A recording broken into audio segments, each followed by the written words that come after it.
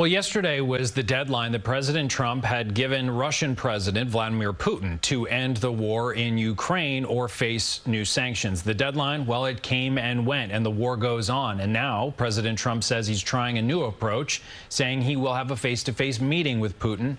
Nancy Cordes is at the White House. I think the location will be a very popular one for a lot of reasons. President Trump's one-on-one meeting with Vladimir Putin will be their first since 2019.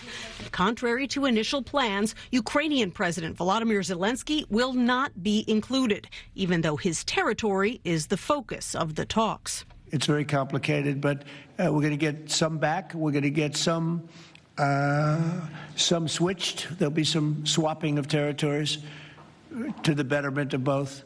Putin has been pushing to keep all the Ukrainian territory he gained from his 3.5-year invasion and then some. What Putin is proposing is a very bad deal. Bill Taylor served as U.S. ambassador to Ukraine under Presidents George W. Bush and Barack Obama. Why is Vladimir Putin suddenly so eager to sit down and talk? Putin wants this meeting for two reasons. One is to stall any discussions of an end to the war. He wants to continue the war. But the second thing he wants is to come in from the cold. I mean, he's an indicted war criminal. Most of the world will not talk to him. And President Trump has said he's willing to talk to him. Trump has long argued that he alone can get Putin to change course.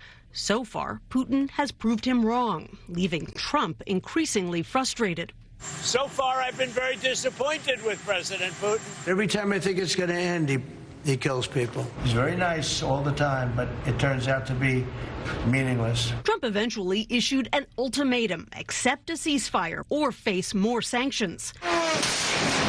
Putin ignored that deadline. Today has once again brought killings and Russian shelling, Zelensky said.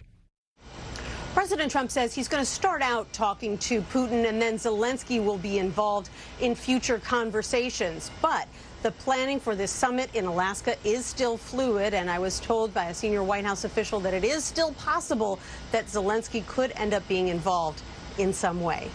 Nancy Cordes, CBS News, the White House.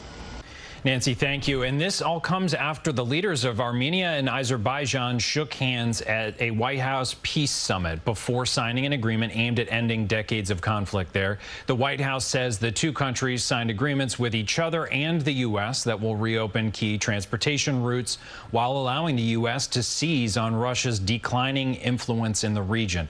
The deal includes an agreement that will create a major transit corridor to be named the Trump Route.